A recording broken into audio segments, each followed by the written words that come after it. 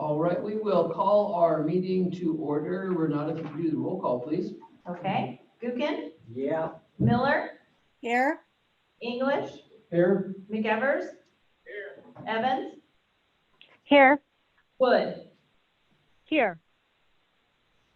All right, so I have something that to start off the meeting that Mike would like me to read legally. It says pursuant to Idaho Code 74-204 subsection 2, this special meeting of the City Council of the City of Coeur d'Alene is being called because of an emergency involving injury or loss of life to the citizens of and visitors to the city, that emergency being the COVID-19 pandemic. The normal notice requirements of Idaho law are impractical to take the action now proposed and would increase the likelihood or severity of injury or loss of life. So the first piece of business is Council Bill number 20-1004. Renata, everyone should have that in front of them, correct? Or Yes, it was emailed out just a little bit ago, so you may want to recap just for the general audience that may be listening. okay, so this is adopting a new chapter of the municipal code entitled Emergency Powers, setting forth authority, purpose, and intent of emergency powers to address the threat of COVID-19, including the closure of bars, taverns, restaurants, and like establishments at midnight, March 22nd. So that would be actually, we're going to March 23rd, is that correct? Yes. So that should be March 23rd, so midnight of tomorrow night, Sunday night of 2020. So Mike, if you want to review that, that council bill, please. Right, so what we're doing is adding a new, or adopting an ordinance, or proposing to adopt an ordinance that would be added to city code that would give the mayor authority to take action in circumstances like this emergency. This one is specifically obviously aimed at dealing with COVID-19 virus. It would allow and authorize the mayor to issue public health emergency orders, including advisory orders, social distancing orders, isolation orders, and quarantine orders with the conditions and how that would work. There is a process. The mayor can issue an order. You must give notice to city council, and then council has the ability to veto any order by the mayor. The orders typically, there are some exclusions, but the orders typically last as long as they are authorized. They can be extended. The penalty for violating the ordinance would be a misdemeanor, as are most of our other city code provisions. So I could address any other questions that council has about that. Any questions that members of council have of Mike on this? Dan, I know you have. Dan, I know you have some questions. Why don't you start us off? What precipitated this change? On Tuesday night, I was asked a question about whether the city was going to be closing down any businesses. Now it seems like that's the decision that's before us today in a macro sense. What has changed between Tuesday and today that's necessitating an emergency power ordinance? The ongoing crisis that keeps getting worse by the day. What kind of data points do you have? All kinds of data points. You can go out and you can, I'm sure you've seen, Dan, you have all the data. You've seen this thing is getting worse. It's not getting any better. We have advised people, we've made a recommendation for people, and you know, all of the things we've said, social distancing, try to do takeout orders. And we have a great deal of people that are just not following. So we have to get a little tougher. So, Mr. Mayor? Yes. she's cutting me off, but go ahead. No. Thank you. Oh, I'm sorry. Go ahead and Was finish. he not done? No, Go and I think just for the sake, because I've participated in and actually done a course on these meetings, if when you're done talking, you could just say you're done talking, and that way it'll prevent people from interrupting during a pause. So this is an authority, and I could go to the nth degree and say, are we going to be arresting bartenders? But I think before I go there, what does our police chief have to say about this? Because he's the one who's going to have to enforce. The notice you sent out yesterday had an item in there that talked about enforcement. Why isn't the police chief here, and what is his feedback regarding having to enforce this and issue tickets and citations? The police chief has reviewed all of this morning, and he's prepared to do whatever directions that council would give him.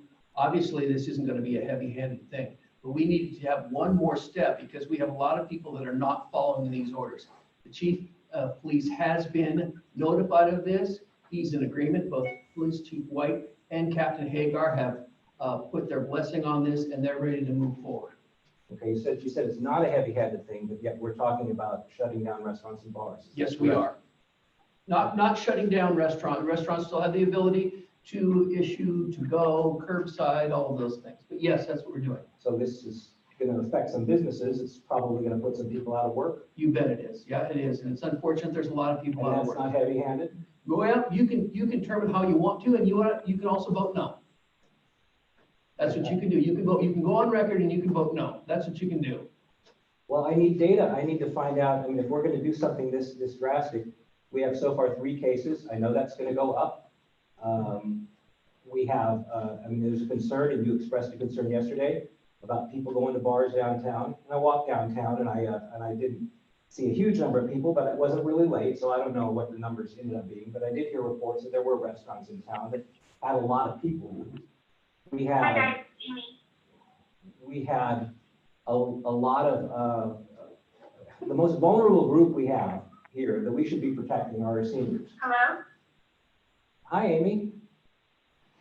She obviously can't hear. Is it, Gotta deal with that. Okay, are you guys able to audio hear us, or are you trying to acknowledge a statement? no, I think we're both waiting for an opportunity to speak. Okay, so. And I'm gonna get it to you, but I'm gonna say, we're gonna protect our most vulnerable people. We're not gonna get everyone, and you know that. There's always gonna be Yep, some you jerk bet I out do. there. There's gonna be like 3% who are gonna disobey no matter what we do. Yep. You got a whole crowd of citizens standing in front of Costco, cheek to jowl this morning. Yep. They're gonna get infected. Why aren't we doing anything about that? Because groceries are considered to be essential services. Operating bars is not an essential service. But I thought the goal of this was to do social distancing and to get people to comply with this. I understand the severity, I understand how it's important. It's what I'm doing. I think we're all doing it voluntarily to certain degrees. Now we're gonna use the hammer of government to come in and close some people who aren't being obedient, who are, the bars and the restaurants who are gonna contribute to this thing, even worse. But yet we have examples. I mean, are we gonna be hitting a lump in a carpet, Steve? Is this gonna go somewhere else? Dan, we very well may be overreacting, right?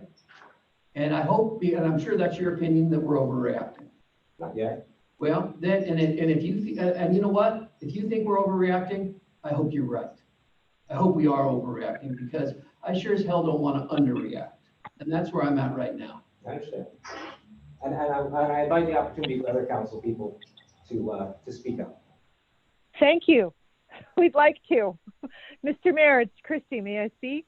Yes, you can. Thank you. Well, Dan, I understand that you are concerned about government being involved in people's business, but I think all we have to do is look what's happening to other countries and learn the lessons of a pandemic. And it is our role as government officials to protect our citizens. And the experience has shown us from what's happened in other countries that if you take early steps to isolate the coronavirus and limit people's movement, and that is put in place early with absolute clarity, then you can protect people. And that is our role. And if we're overreacting, then we've done nothing but act in good faith in order to protect our citizens. And I'm prepared to do that. Amy, were you online to have some input there? Thank you. Can everybody hear me? Yes. Yes. Okay, thank you, Mr. Mayor. Christy just said it well, so I don't need to repeat, but I'll just endorse exactly what Christy said. I mean, I could not say it any better, so thank you. What do you, Kiki? We'll give you an opportunity to weigh in with your thoughts. Thank you, Mr. Mayor. This is Kiki. Can you hear me? Yes. Okay, I just wanted to clear up two things. With the orders that we're approving right now, the ordinances that we have are the things that we are approving for you to go ahead and move forward with today at this time, which includes the ordinance that closes at our bars and restaurants tomorrow at midnight. If other things become necessary in your view, will this same process take place as those steps need to be made? That's my plan. Okay. Yes. Mhm. And then I understand that we're shutting the non-essential services down, but the curbside procedures, are those policed basically by the restaurants, or are we following another city's protocol on that? And I will share with you all that, as you know, my son lives in New York and he flew home last Wednesday, and we haven't left the house since then, just because what he's been watching, and he's on his 311 alerts. And I know that New York is very different than here, but things are changing daily there regarding more than just the virus, but public safety and other issues. So in fact, the airport's closed there today about an hour ago. So I think that I just want to be involved in making these good decisions. I don't want to hinder the mayor's ability to do what needs to be done. And I want to be assured that we're following, this feels like a tsunami wave running from coast to coast here, and that we're following closely what's happening in other communities and being proactive, not reactive. So that's my statement and kind of my question on the next steps, even regarding this ordinance as it has to do with curbside. Is there a plan to take a look at that very closely to see if it's something that needs to be curtailed in the near future too? You know, Kiki, I think this curbside, particularly downtown on city streets, is just so new. All I know right now is people are ordering ahead of time, calling ahead of time, and then the restaurants are bringing it out to the curb. And that the Downtown Association, working with the Streets Department, has designated some spots for curbside. I don't know, Troy, are there any other things that people are following? That they're bagging up the food, they're taking it out to the car, they're collecting payment, right? They are, yes. And the Office of Emergency Management continues to endorse this practice, which of course is in conjunction with Panhandle Health. So as of this moment, it is a green light procedure from all the powers that we are using. Okay, and we're monitoring that for changes as those occur. I know that some changes that happened, although in bigger cities, is that when a restaurant worker became infected, it changed the game as far as how that was going to be approached. So I guess I just have my eye on that.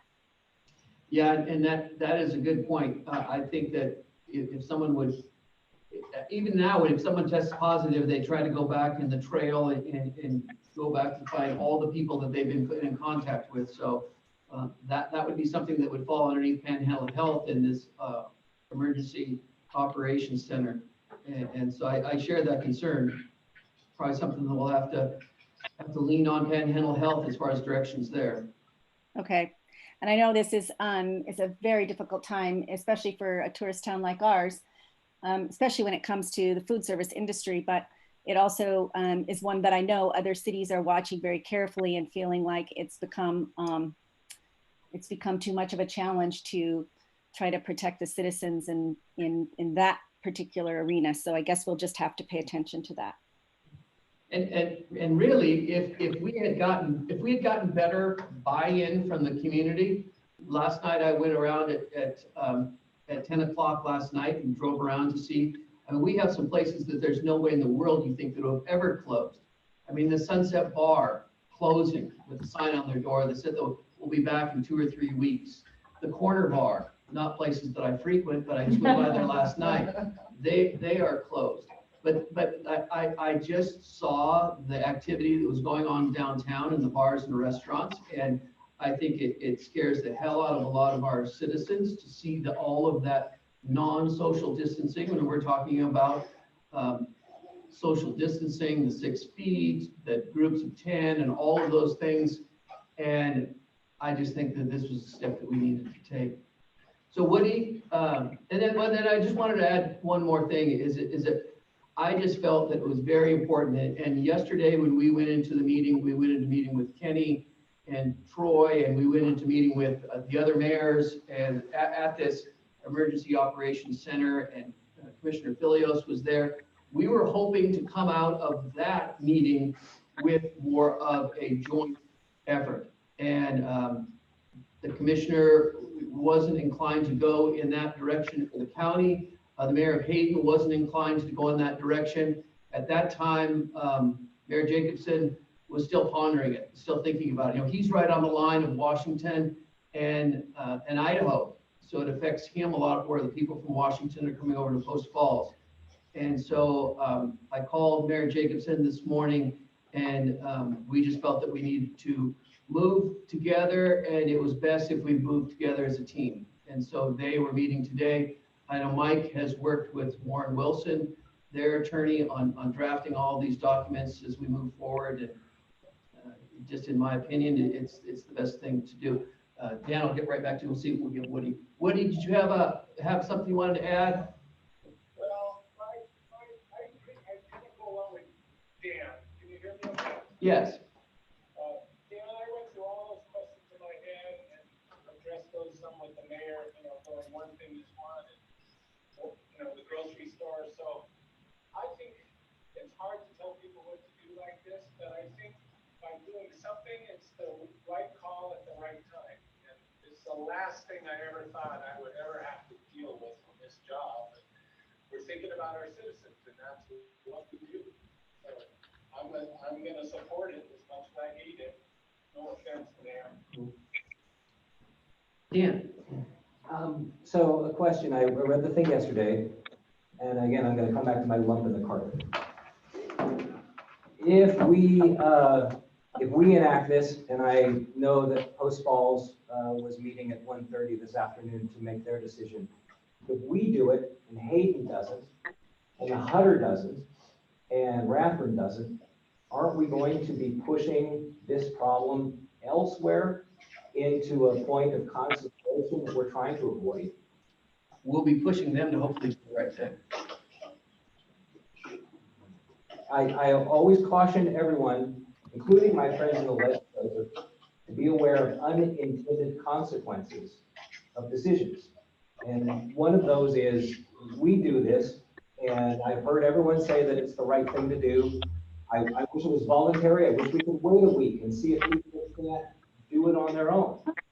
But if we do this and enact it now, in the guise of helping to save people, which is the purpose of it, wouldn't we be pushing, I mean, this whole crowd that's not going to be obedient elsewhere and making the problem worse? It's just something to think about when you think about a decision like this. I mean, I understand what your meeting yesterday, you wanted to see a unified front. And now you have Hayden and they're saying, no, we're not doing this. And the county can't do it or won't. So Coeur d'Alene's off limits, Post Falls off limits. Doesn't this push the crowd somewhere else to a concentration that's still going to affect us? Probably. And more than likely that it will. I mean, the best thing that I wanted to see is I wanted to see the governor step in. That would have been the best thing, but he's just not going to. And he made that statement yesterday. So, it's unfortunate that Rathdrum and Mike, did you have some conversation or make sure that Rathdrum was considering something? Hayden is going to consider something. Griffith said they're going to wait till Tuesday. Could we consider waiting and seeing what the numbers would be if and I know they're going to increase, but it would still help the argument. I'm not in favor of that. Okay, but seeing if people can voluntarily comply. I mean, it's a pretty big hammer government. I warned you guys about the political impact of the health border decision. This is going to be 10 times that. Dan, I really don't think you can make every decision based on personal politics. It is our role to help protect our citizens. And I can't believe that you're struggling with it this much and you worry about other cities near us if they're going to do the same. They're going to be forced to sooner than later. And our role as leaders is to step up and take care of our citizens. My role as an elected official is to protect people's rights. And I see that being, and you know what, and in the absence of data, which we all have to say, we don't have data. We are making decisions based on our personal preferences. That's all we have. There, if I You had, don't have data. You No don't one have has- data no one because has you don't have data. testing. no one has data. How many new cases were there in the United States yesterday? You don't have testing, Dan. You're not going to be able to get that. So you need to make good decisions based on the information you have. And the information you're seeing all across the country, all across the nation, and all across the world is this is not something that we can spend any time debating. We have to take action. Right, because it's a panic and we're reacting to a panic and not any data. Dan, That's foolish. I know, I'm telling you, it's. we're gonna have Dan weigh in here. Okay, this is the other Dan, and I don't have a second's pause about voting for this, and I don't have any unresolved questions or demons sitting on my shoulder that I got to deal with. It is not too soon. If anything, it's too late. It is not too much.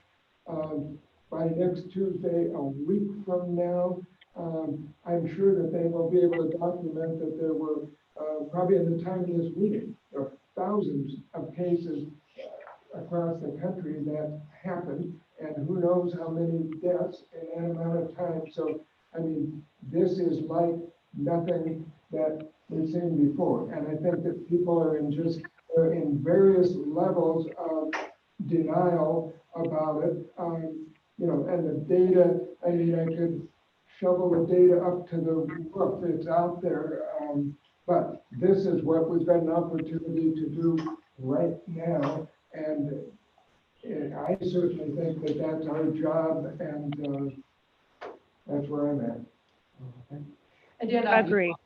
I understand your concern about that, and I shared that, and I wrestled with that in my mind too. I don't like what I deem to be overhanded government, but it's sometimes we need to make decisions. And I see a lot of people out there making poor decisions. And if we can keep 100 or 200 people from being out there, I know there's all kinds of stories out there, and you can't believe very many of them. But there is a story of the person in Korea that ended up infecting however dozens and dozens of people. One person infecting dozens and dozens of people.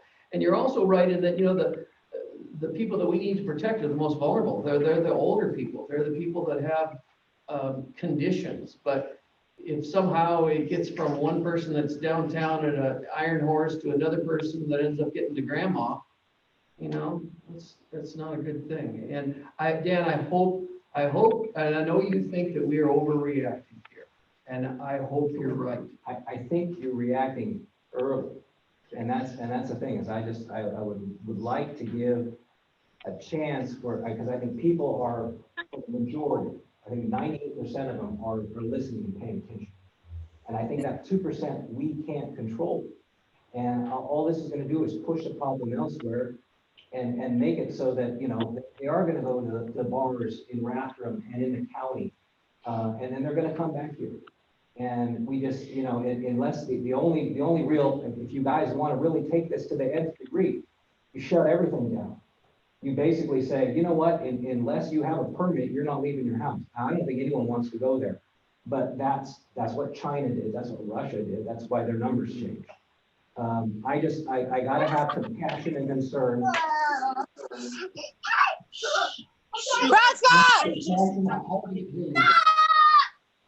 I can have passion and concern for those people.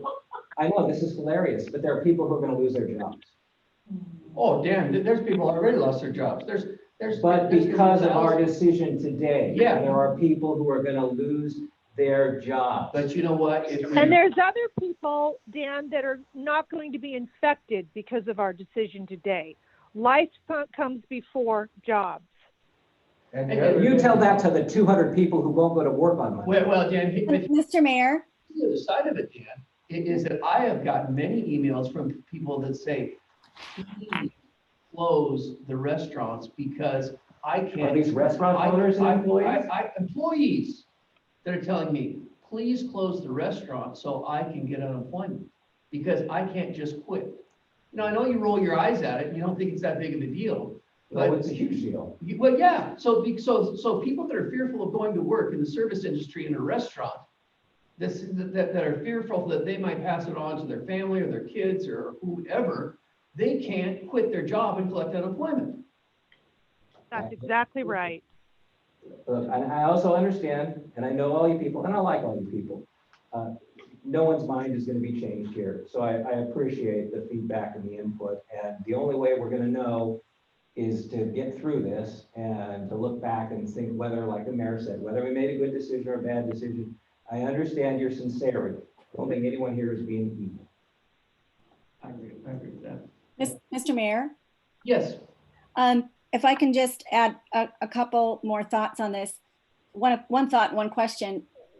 This isn't affecting just the restaurant industry. I have been, as I just mentioned, because of my son coming in from New York, I have not left my home, and I am making the sacrifices to make this work because I believe it's important.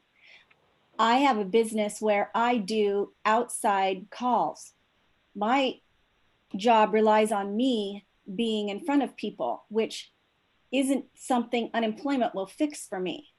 So I'm not making this decision to without some serious thought on what this might do to businesses and to people's livelihoods. Mine is affected as much and or than a restaurant worker at this juncture because I cannot draw unemployment. But I'm very committed to the fact of watching closely what's happened and feeling it personally with what's happened with my son and his friends, and with coming from communities that have had this roll over them in a larger way already, that we have to work together, and too soon is not soon enough.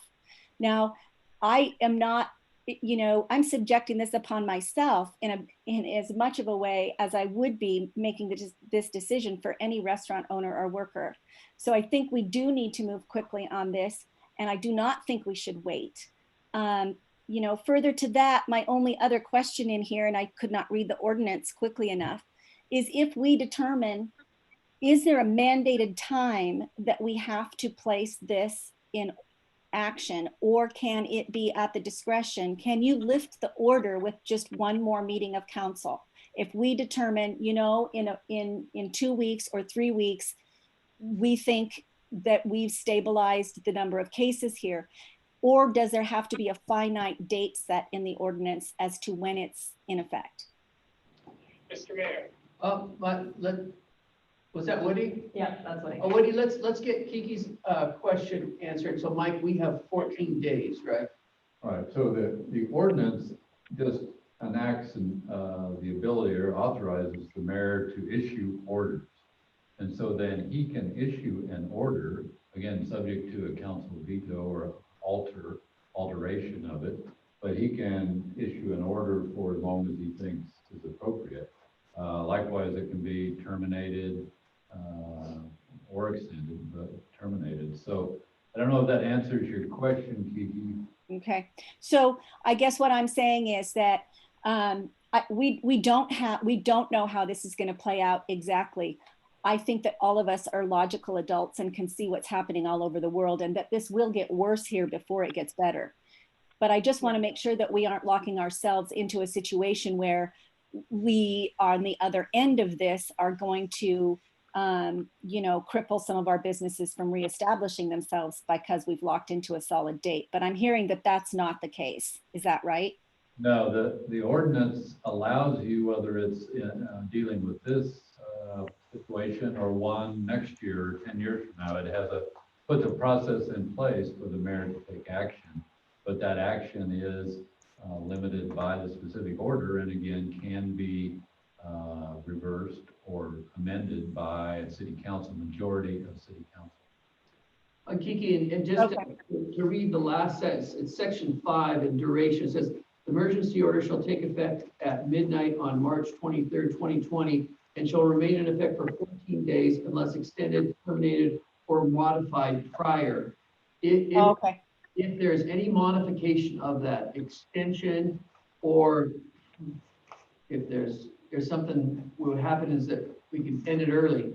which I don't foresee, but if there's any changes in that, we'll bring this group back together. I am not gonna make any of these critical decisions without city council. You've got my word on that. Okay, I was comfortable with that answer. Thank you. So Woody? Mr. Mayor, I'd like to call for the question. Okay, so I guess would need a motion. And, Mr. Mayor, oh, go ahead, Christie. I'll make a motion. Okay, I make a motion to adopt Council Bill 201004, adopting a new Chapter 7 of Municipal Code entitled Emergency Powers, setting forth authority, purpose, intent of emergency powers. Sorry to interrupt. We have a little process here called reading the title. So you have to first make Oh, thank you. to waive the rule. All right. I waive the rule. you have I that, haven't done that. You just need a I motion haven't done to that. waive the rule and read the title once only. I make a motion to waive the rule, read the title. Second, Thank you. any further discussion on that? Renata, could you read the title, please? Sure. An ordinance or Council Bill 20-1001. An ordinance amending municipal code of the city of Coeur d'Alene, Kootenai County, Idaho, adding a new Title 7 entitled Emergency Powers, setting forth the authority, purpose, and intent definitions, describing public health emergency orders, process for enacting public health emergency orders, providing for exclusions, providing for suspension of services, force majeure clause, providing that violations of public health emergency orders are misdemeanor, punishable by a fine of $1,000 or by imprisonment for up to 6 months, or both a fine and imprisonment, providing for a waiver of the reading rules, and providing an effective date upon proclamation by the mayor, posted in 5 public places of the city. Roll call, please. McEvers? Gookin? Yep. English? yes, Wood? Yes. Evans? Yes. Miller? Yes, That motion carried. Next piece of business. Dan English, did you want to take that one? sure thing. Make a motion to adopt Council Bill 20-10004. second. Motion and a second. Further discussion there.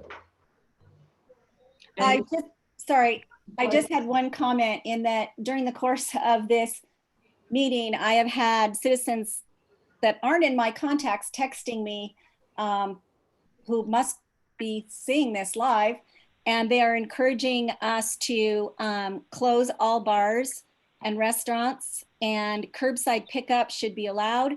And we are all affected, and we should not be pandering to a small base. And I've had 4 different people contact me, so I just wanted to let you know that. Any other discussion? McEvers? Yes. Gookin? No. English? Yes, Wood? Yes. Evans? Yes. Miller? Yes, Motion carried. So we do have this declaration, this public health emergency order. We're not, if you want to just email it out, all council members have it. Yeah, I emailed it out. Yeah. Okay. And then from here, we're not in there. We talked about where we're going to post this and how we're going to get it out. Now, one of the things that we're going to do as well is we're going to do a joint press release with the city of Post Falls. We're going to get that out right after this meeting. And then Renata did talk about posting, maybe just review that again as to where it's going to be posted. So we had talked as a group earlier, we think we could post at the police department, the fire stations, potentially, the library door, city hall door. So if we did several stations, that would get us 5, but it'd also be on the Facebook page and the website.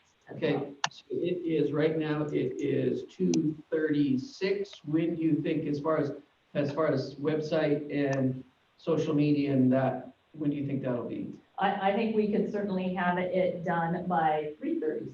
Okay, so an hour from now, all of this will be out on social media. Any of the council members have anything to add?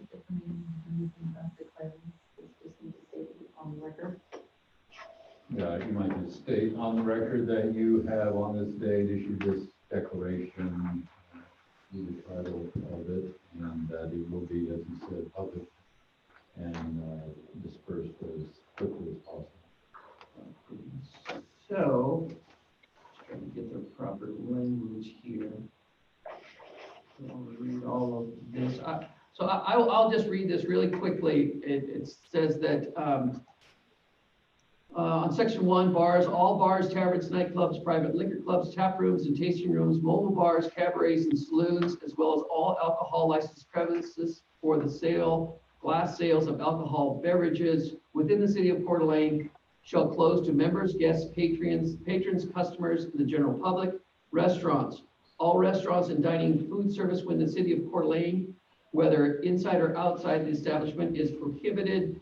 That restaurants and dine-in service means any eating establishment. I guess we need to clarify that is that restaurants may not admit members, but takeout curbside service is allowed, correct? Okay. Oh, I guess that's the next line here. Curbside takeout and drive-through food service is permitted. Where possible, online and telephone credit card transactions are strongly encouraged. Delivery food service is permitted. Employees who handle cash or credit cards shall use cleansing methods between each transaction. And this order does not apply to emergency overnight or day shelters that provide food service to persons experiencing homelessness, grocery stores, and gas stations. And this emergency order shall take effect midnight tomorrow night, midnight Sunday night, and shall remain in effect for 14 days unless extended, terminated, or modified prior. That is the declaration of public health order. Any questions, comments from council? Yes, the Woody? senior center can keep doing the pickups, right? Yes, yes. Okay, thank you. Yeah, Woody, how are they doing as far as funding, and how are they doing up there? They're good. They're about to be calling out for some helpers in that lunch hour as it goes. I'll keep you posted. Okay, great, thank you, Woody.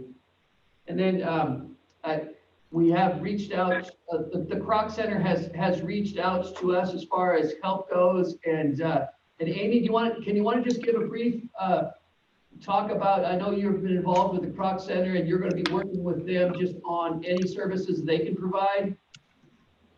Right. So the Clock Center has offered their services and team of volunteers to reach out and help fulfill the needs of the communities as we're made aware of them. So there's a variety of tasks and projects they're willing to tackle. So anybody who knows of any needs, whether it's helping fill the backpacks to get to the school kids, or Meals on Wheels needs volunteers. It could be help sewing the mask that the hospital's asking for help with. You can forward those either directly to me through the city email, or contact the Kroc Center, and I'll be the council liaison to work in conjunction with them. All right, thank you. And Amy, anyone else have anything? Sure. I'm seeing something pop up on the screen. I don't know who DM is, but what about food trucks, Mr. Mayor? Food trucks are come and pick up and go, so they're good. Okay. Anyone else have anything else? I just wanted to follow up on some other questions, and maybe they're not part of this agenda, so another business, but some of the other public safety issues about people volunteering to go to people's homes and run errands for them. In other communities, there's been some nefarious activity with some crime issues, and I just wanted to make sure that that was on our emergency medical group or emergency groups agenda to assure they're putting out the right information to the community to keep everyone safe in that regard as well. So Kiki, you want that information to come out for that emergency operations center? Right. I will say that in reports, there's been, again, this is 2 weeks down the road, but in the 311 reports out of New York are people posing as CDC agents, people posing as volunteers that are helping the elderly run their errands, and then they take their money and don't return their product, things like that. So I just want to make sure that we have on our radar to be proactive in that arena as well, to keep some of our elderly, homebound, or otherwise vulnerable members of our community from being preyed upon. Thank you, Kiki. Good point. All right, if we don't have any other business, we'd be looking for a motion to adjourn. So moved. Second. Motion and a second to adjourn. All those in favor? Aye. Aye. Aye. Thank you, everyone. Thank you. Who's DM? Are we muted?